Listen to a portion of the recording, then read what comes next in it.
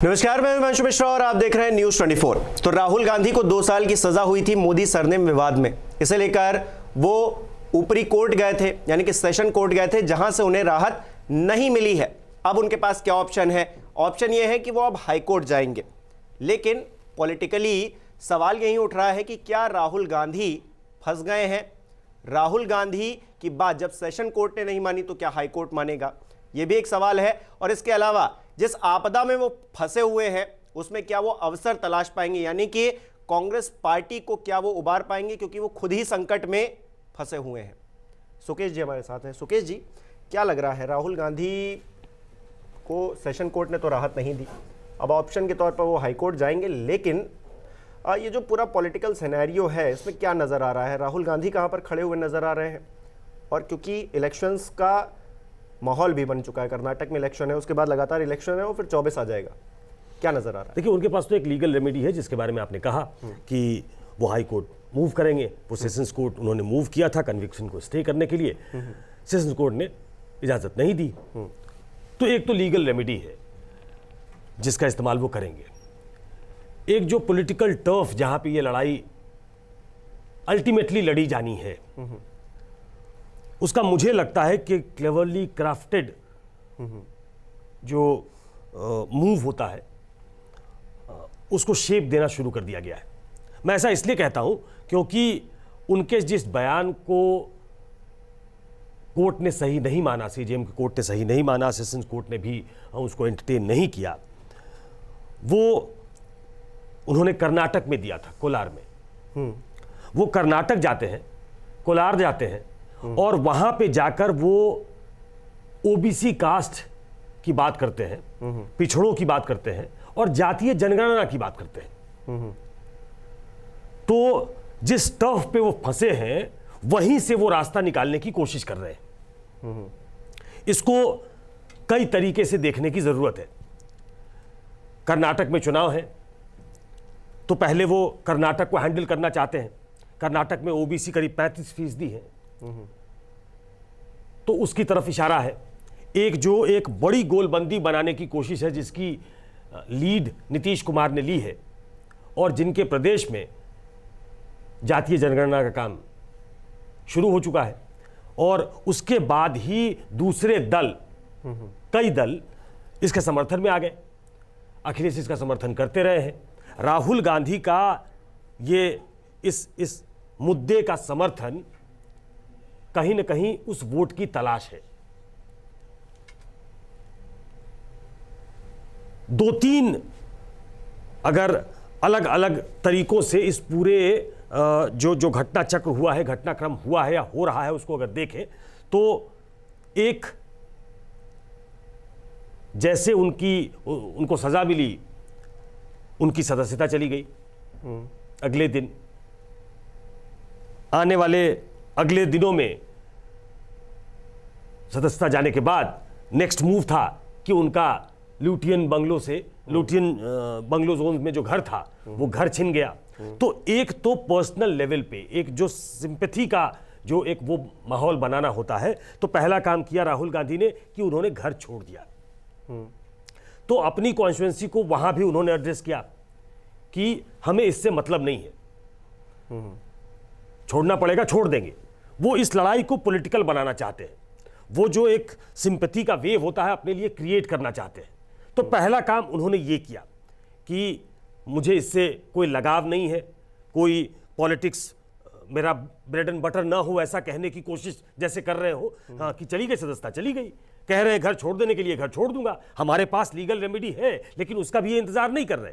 तो वो जो पॉलिटिकल एडवर्सरी है उनकी बीजेपी, उस पर ये दबाव बनाना चाहते हैं, अपनी कॉन्स्टिट्यूएंसी को ये परकुलेट करके नीचे मैसेज जाए, इसकी कोशिश कर रहे हैं।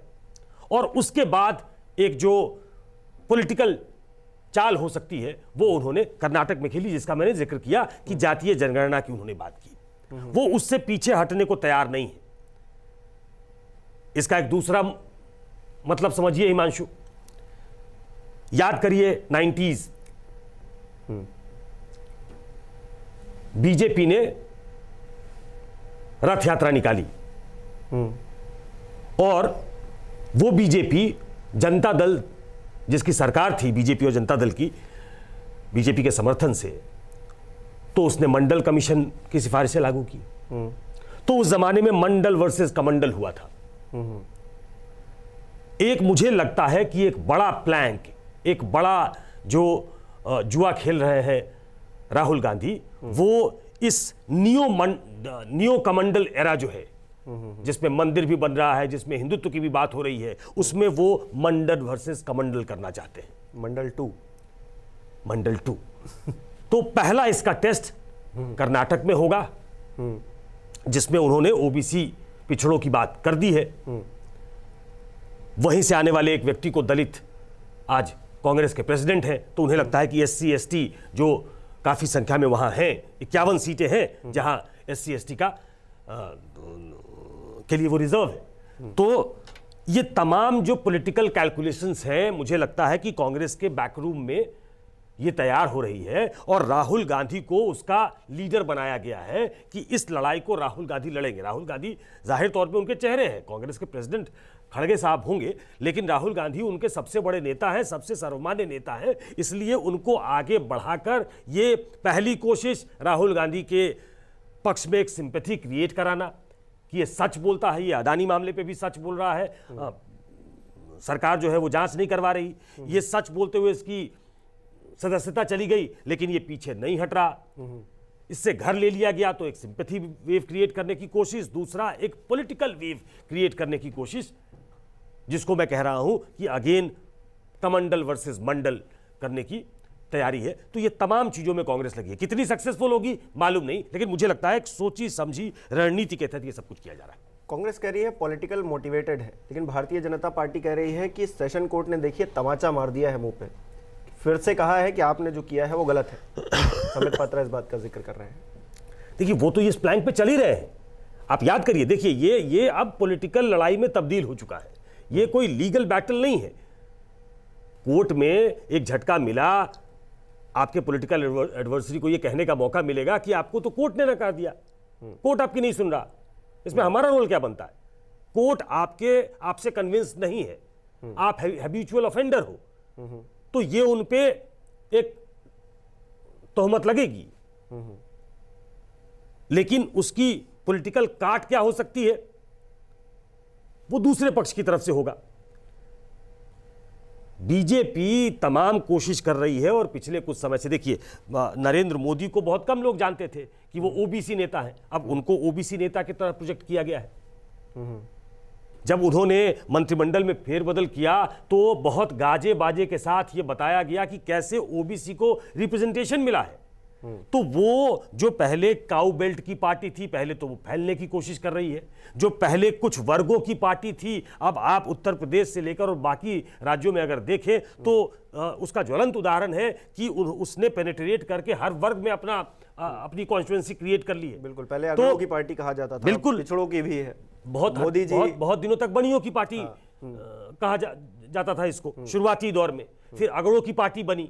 लेकिन मोदी के राष्ट्रीय पटल पे आने के बाद और इस खुलासे के बाद कि वो ओबीसी नेता हैं, जिसका खुलासा उन्होंने खुद किया कि वो ओबीसी नेता है, तो वो अब हर वर्ग में अपनी पैठ बनाने में लगे हुए हैं। इसकी काट के तौर पे एक बड़ा वर्ग सामने आ रहा है जो जातीय जनगणना की मांग कर रहा है, और सरकार जो है वो कोर्ट में लिख कर दे चुकी है कि जातीय जनगणना कैसे नहीं कराई जा सकती, सरकार इसके पक्ष में नहीं है। तो ये दो धड़े हैं, दो फैक्शंस हैं। राहुल गांधी दूसरी तरफ खड़े हैं और एक बड़ा वर्ग ऐसा तैयार हो रहा है जिसमें पिछड़े नेता ज्यादा हैं, चाहे वो नीतीश कुमार हो, चाहे वो मुलायम सिंह यादव के बेटे अखिलेश यादव हो, वो तमाम लोग इसकी डिमांड कर रहे हैं। इसकी काट के तौर पे बीजेपी बात आगे रखेगी, वो उसको उस धार को कुंद करने की कोशिश करेगी, लेकिन ये पूरा मसला जो जिसमें सजा हुई है राहुल गांधी को, उसको पॉलिटिकल बनाकर कोलार में ये बात कहना, जातीय जनगणना की मांग करना, ओबीसी के पक्ष में बात कहना कि उसकी हक की बात क्यों नहीं करते हैं। मुझे कहते हैं मैं ओबीसी विरोधी हूं, तो उसके हक की बात करिए ना, उसकी जातीय जनगणना करा दीजिए आप। तो ये एक फ्रंट फुट पे खेलने की कोशिश है कि जिस टर्फ पे आप मुझे घेर रहे हैं, मैं उसी टर्फ पे आपको घेरूंगा। राहुल गांधी ने क्या घेर लिया है इन चीजों पे? क्योंकि बात शुरू हुई थी ओबीसी को लेकर ही, क्योंकि पूर्णेश मोदी जिस बात का जिक्र कर रहे थे कि राहुल गांधी ने एक ओबीसी समुदाय का, एक व्यक्ति का उसके सरनेम को लेकर जो बातें कही हैं वो कहीं ना कहीं उसका अपमान है, उस समाज का अपमान है।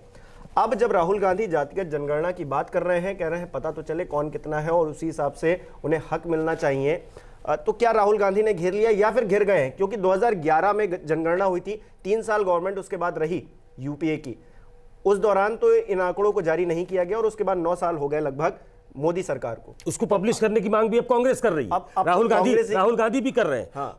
देखिए, तो राहुल गांधी पहले घिर गए, लेकिन आपने कहा ना कि ऐसे मौके पे अपॉर्चुनिटी देखी जाती है कि बाउंस बैक कैसे कर सकते हैं।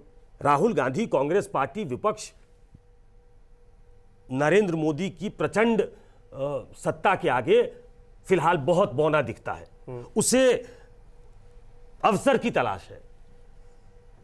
इश्यूज जो है वो नरेंद्र मोदी के खिलाफ चिपक नहीं रहे। ये एक ऐसा इशू है जिसने कई बार फेच किया है पॉलिटिकली, जिसको वोट इधर से उधर करने का जिसमें पोटेंशियल है जिस इशू में। तो मुझे लगता है कि जब एक आपदा आई है उसको अवसर में तब्दील करने की कोशिश की जा रही है ताकि नरेंद्र मोदी को पटकनी दी जा सके। और इसकी पहली परीक्षा कर्नाटक में है। कर्नाटक में अच्छे खासे पिछड़े वर्ग के लोग हैं, पूरे देश में हैं। कर्नाटक में करीब 35% के आसपास है। अगर वो समर्थन कांग्रेस को मिलता है, कांग्रेस वहां जीत जाती है, तो वो एक विक्टोरियस अंदाज में वहां से निकलेगी और शायद उस विनिंग स्ट्रीक को आगे जारी रखना चाहेगी। राहुल गांधी हो सकता है कि लीगल बैटल हारे जीते, वो चलता रहे, लेकिन दरअसल ये लड़ाई अब पॉलिटिकल हो चुकी है, जो राजनीतिक पिच पे लड़ी जानी है। कर्नाटक में 10 मई को मतदान होना है, 13 मई को वहाँ नतीजे आएंगे। 13 मई को पता चल जाएगा कि राहुल गांधी सही हैं या फिर नहीं है। क्या इस बात को माना जाए? क्योंकि आपने कहा ना कि लीगली वो जीते हारे ये नहीं, लेकिन क्योंकि वो एक राजनेता है, उनकी असली अदालत तो जो जनता के बीच में लगती है, तो वहाँ पता चलेगा कि कांग्रेस अगर जीतती है तो राहुल गांधी कितने सही या फिर हारती है तो कितने गलत। वो नथिंग सक्सीड्स लाइक सक्सेस। अगर आपको इस पॉलिटिकल बैटल में जीत मिलती है तो उसका सेहरा आपके सर बंधता है। अगर वहां हार जाएंगे तो बीजेपी के को कहने के लिए होगा कि तमाम साम दाम दंड भेद इन्होंने लगाया, ये